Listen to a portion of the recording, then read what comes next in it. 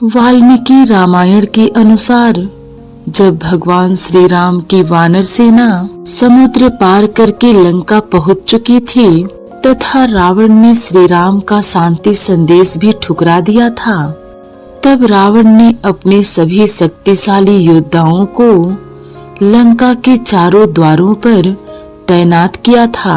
उसकी सुरक्षा में प्रहस्त, अकंपन व दुर्मुख जैसे शक्तिशाली योद्धा तैनात थे।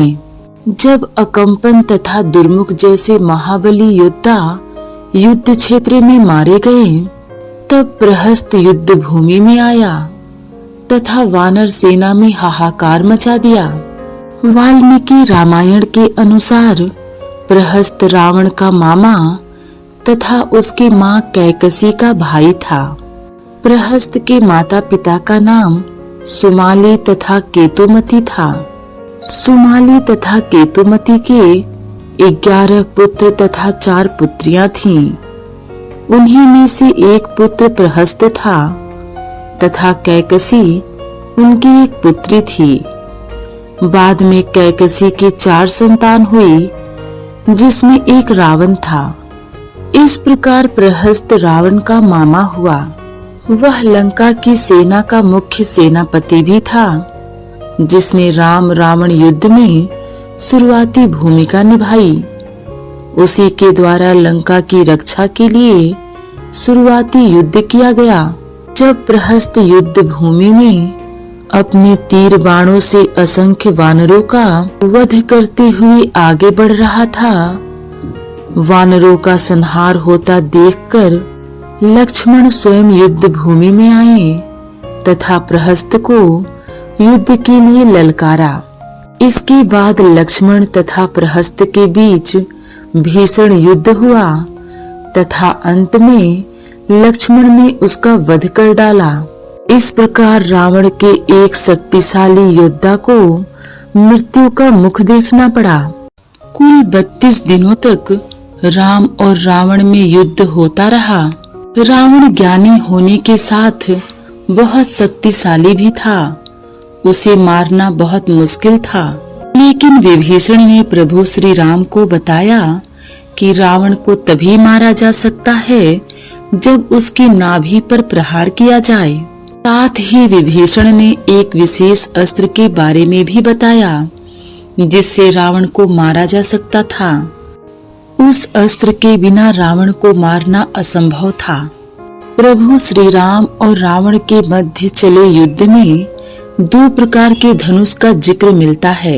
एक जो प्रभु श्री राम का धनुष था, जिसे वह स्वयं धारण करते थे, उसे कोदंड कहा जाता था, अर्थात बांस का बना हुआ। यह धनुष बहुत अलौकिक था। इसे सिर्फ प्रभु श्री राम धारण कर सकते थे। कहा जाता है कि इस धनुष से छोड़ा गया बाण अपने लक्ष्य को भेद कर ही वापस आता था, लेकिन राम जी सदैव अपने धनुष का उपयोग तभी करते थे जब बहुत आवश्यक हो। परंतु रावण का वध इस धनुष से नहीं किया गया था।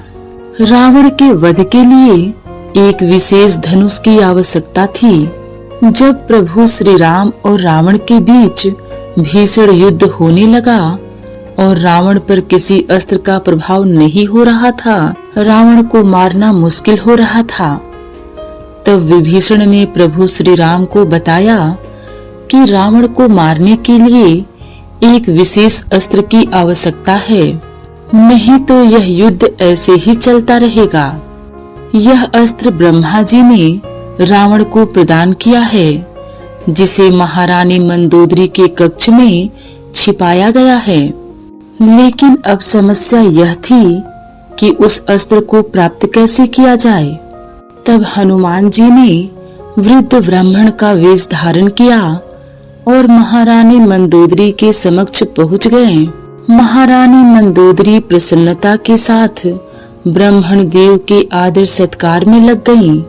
ब्राह्मण के वेश में आए हनुमान जी ने मंदोदरी से कहा कि विभीषण ने राम को उस विशेष दिव्यास्त्र के बारे में बता दिया है, जो आपके कक्ष में रखा है और जिससे रावण का वध किया जा सकता है। हनुमान जी ने कहा कि माते, आपको वह अस्त्र कहीं छिपा देना चाहिए। यह सुनकर मंदोदरी घबरा गई और वह तुरंत उस स्थान पर गई जहाँ पर अस्त्र छिपाकर रखा गया था। उस समय हनुमान जी ने अपना वेश धारण कर लिया और वे मंदोदरी से वह दिव्यास्त्र छीनकर आकाश मार्ग से वहां से चले गए। इस प्रकार भगवान श्री राम को रावण का वध करने के लिए वह दिव्यास्त्र प्राप्त हुआ।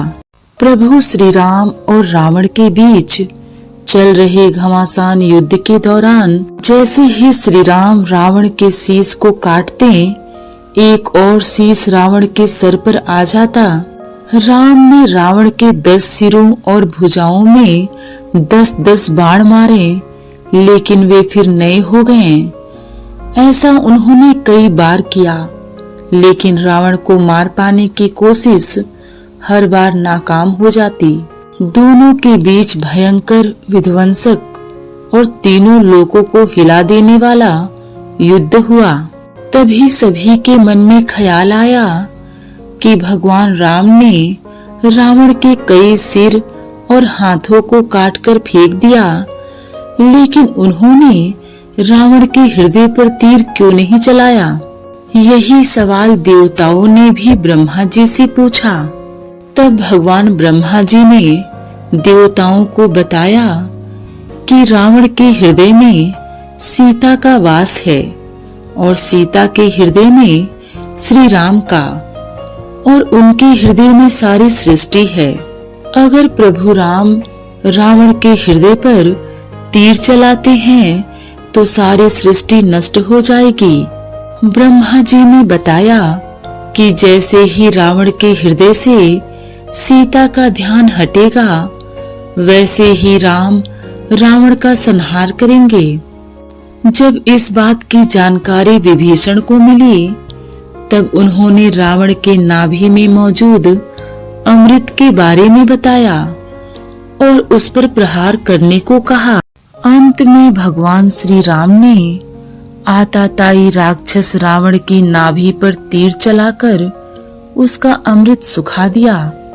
नाभि में मौजूद अमृत के सूखते ही रावण का मन विचलित हो गया और उसके हृदय से पल भर के लिए माता सीता का ध्यान हट गया। तभी भगवान राम ने अगस्त्य मुनि द्वारा दिया गया ब्रह्मास्त्र से उसके हृदय पर प्रहार कर उसका अंत कर दिया और युद्ध जीतकर माता सीता को मुक्त करवाया। रावण वध का यही दिन दशहरा या विजयदशमी कहलाया। लंकापति रावण त्रेता युग का सबसे हीन प्राणी होने के साथ साथ एक ब्रह्मज्ञानी, कुशल राजनीतिज्ञ और बहुविधाओं का भी जानकार था। भगवान राम के साथ युद्ध में उसकी मृत्यु हुई और उसने मोक्ष की प्राप्ति की। ऐसा माना जाता है कि रावण सीता जी को हरण इसलिए करके लाया था ताकि भगवान राम द्वारा उसकी मुक्ति हो जाए और पापों का अंत हो। रावण सीता जी का उपासक था और अपने हृदय में सीता जी को रखा, जिससे उसको काफी बल भी मिला।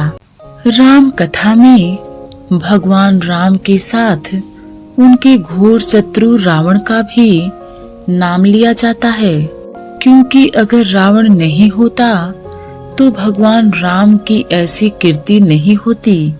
रावण के पापों का अंत करने के कारण ही राम भगवान राम बन गए। भगवान राम और रावण में ऐसी कई बातें हैं जो आपस में मिलती हैं, जिसकी वजह से राम के साथ रावण का भी नाम लिया जाता है। सबसे पहले तो भगवान राम और रावण के नाम में ही एक बड़ी समानता है। भगवान राम के नाम का पहला अक्षर रा है और रावण के भी नाम का पहला अक्षर रा है। रा अक्षर का संबंध चित्रा नक्षत्र से माना जाता है।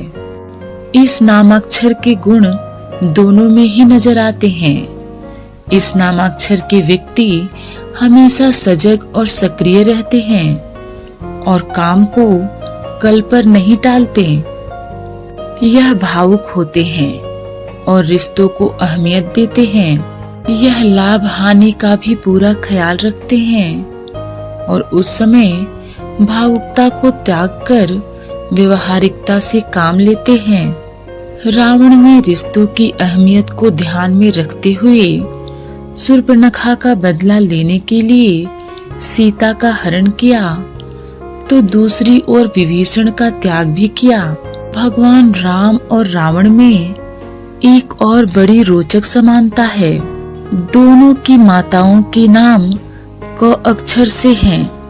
राम की माता का नाम कौसल्या है, जबकि रावण की माता का नाम कैकसी है। यहाँ एक और कमाल की बात है कि राम की एक अन्य माता का नाम कैकई है। जिन्होंने राम को वनवास भेजा, तभी कैकसी के पुत्र रावण का वध संभव हुआ और राम बन गए भगवान। इसके अलावा भगवान राम भोलेनाथ के परम भक्त थे। इसका प्रमाण है रामेश्वरम मंदिर। दूसरी ओर रावण की शिव भक्ति का प्रमाण देवघर स्थित बाबा वैद्यनाथ धाम है। रावण की भक्ति से भगवान शिव स्वयं ज्योतिर्लिंग में प्रकट हुए थे और रावण के साथ लंका जाने के लिए राजी हो गए थे।